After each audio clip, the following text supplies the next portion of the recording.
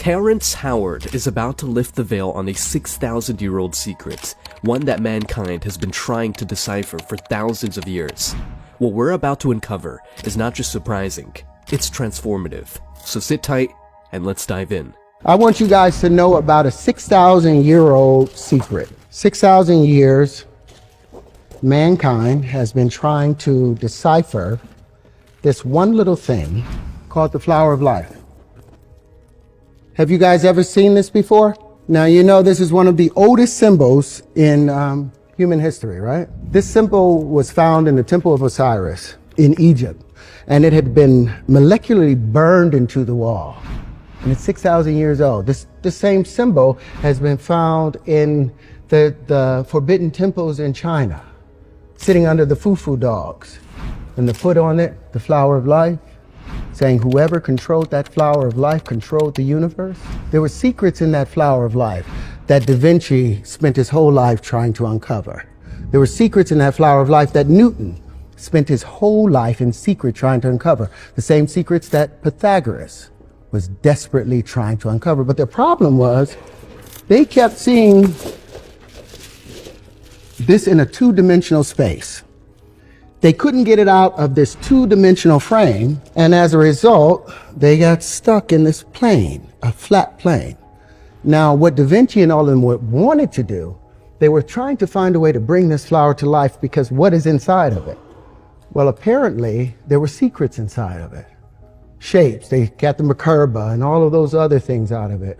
But they were misled by something I think called a straight line. You guys believe in straight lines? You believe there's straight lines in the universe? Well, let me hit you with something.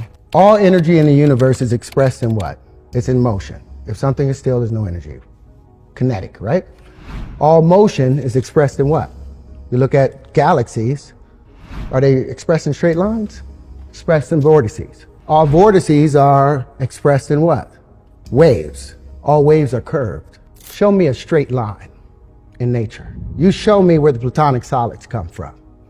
Where do they have their foundations in our universe? Are there any straight lines?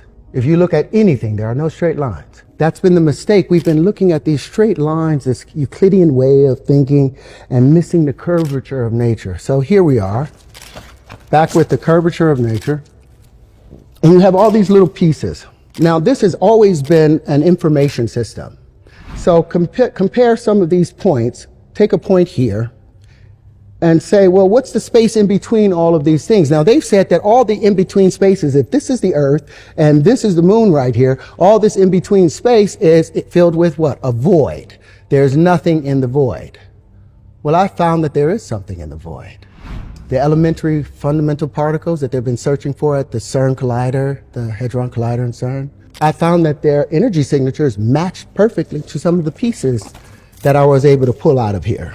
Terrence Howard's captivating speech on the flower of life not only draws us into a world of ancient mysteries, but also encourages a profound reevaluation of geometric understanding. His assertions, far from mere speculation, find resonance in a tapestry of historical, scientific, and philosophical contexts. As we delve into the 6,000-year-old secret of the flower of life, we uncover a journey that intertwines the quests of great minds like Da Vinci, Newton, and Pythagoras with the modern rethinking of geometry.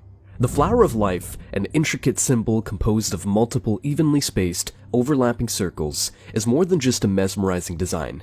It's a portal into the ancient understanding of the universe. Its presence in the Temple of Osiris in Egypt and in hidden temples under the watchful eyes of fu dogs in China signals a universal reverence. This symbol, believed to represent the fundamental forms of space and time, is a visual expression of the connections life weaves through all sentient beings, hinting at the underlying unity of the cosmos. Terrence Howard's admiration for the symbol is not an isolated phenomenon. History tells us of great minds who also pondered over its significance. Leonardo da Vinci, a polymath of the Renaissance era, is known for his extensive studies of the flower of life. Da Vinci's sketches reveal his fascination with its geometric perfection and potential to unlock the secrets of the universe. Similarly, Sir Isaac Newton, in his quest to understand gravitational force and the mechanics of the cosmos, delved into ancient knowledge and symbols, including the flower of life. It suggested that Newton's famed discovery of gravity was part of a larger pursuit to decipher the cosmic puzzle embedded in ancient symbols. Pythagoras, the Greek mathematician, also journeyed through these mystical realms, using geometric principles to understand the harmonies of music and the structure of the universe. But what Howard brilliantly highlights is the limitation these great minds faced, their confinement within two-dimensional perspectives. Despite their genius, they grappled with the symbol's profundity, unable to fully transcend its planar representation. This is where Howard's critique of traditional Euclidean geometry opens a new avenue of understanding. Euclidean geometry, the bedrock of much of our mathematical and scientific understanding, focuses on flat, two-dimensional planes. However, the universe, as Howard eloquently points out, isn't confined to flatness. It's a dance of curves, waves, and multidimensional forms. The flower of life thus becomes a gateway to understanding the curvature of nature. When we look at the spirals of galaxies or the intricate patterns of a nautilus shell, we see not straight lines, but curves. This realization has profound implications. It suggests that the universe operates not just in the realms of the flat and linear, but in dimensions that our ancestors possibly tried to communicate through symbols like the flower of life. Howard's speech resonates with the modern scientific understanding of the universe. The curved space-time continuum, a fundamental concept in Einstein's theory of relativity, echoes this ancient wisdom. The curvature of space and time around massive objects like stars and galaxies isn't just theoretical, it's observable. The warping of light around massive objects, known as gravitational lensing, is a testament to the universe's curved nature. Furthermore, Howard's insights find parallels in the realm of quantum physics. The elusive nature of elementary particles, their existence in probabilities rather than definite positions, aligns with the idea of a universe beyond straight lines and predictable paths.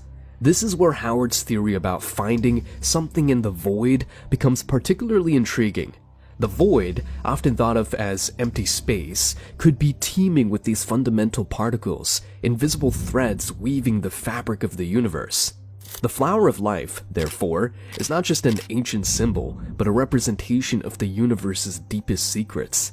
The 6,000-year-old secret isn't just about a geometric pattern, it's about the very nature of reality itself. It's a symbol that has transcended millennia, bridging the gap between ancient wisdom and modern scientific understanding. I've spent 45 years searching these things out and trying to figure out what the universe really, how it really worked. And we've come to find that the universe, they are abandoning the standard model, the ideas of black holes and dark matter, for an electric model of the universe. There's tons of paperwork of Da Vinci working on the flower of life and trying to unravel it. But every single existence, every single example, you see him making straight lines and trying to make these straight lines bend in, and therefore he was never able to open it up. Because all the universe is curved, all space is curved. And as a result, what I was doing in trying to find these straight lines, I abandoned the idea of the straight line. The shortest distance between 2 points is curved space, because you cannot force your way straight through space. Even electricity, as it moves from a southern plane to a northern plane, it always goes northeast in its direction. And magnetism, as it expands out, it goes southwesterly. And that's the spin. That's how you always know whether it's magnetism or electricity. It's the spin. Is it northeast or is it southwest? But in trying to define the spaces, it allowed me to see that all of these in between, what we have been dealing with is these petals. All of mankind have dealt with these petals, but it's these other shapes that we've ignored constantly. Well, those other shapes were the in-between spaces. They were the things that filled up the vacuum of space. And all these particles that I have, I think are the full proof of that. And it is also the full proof of the wave particle argument.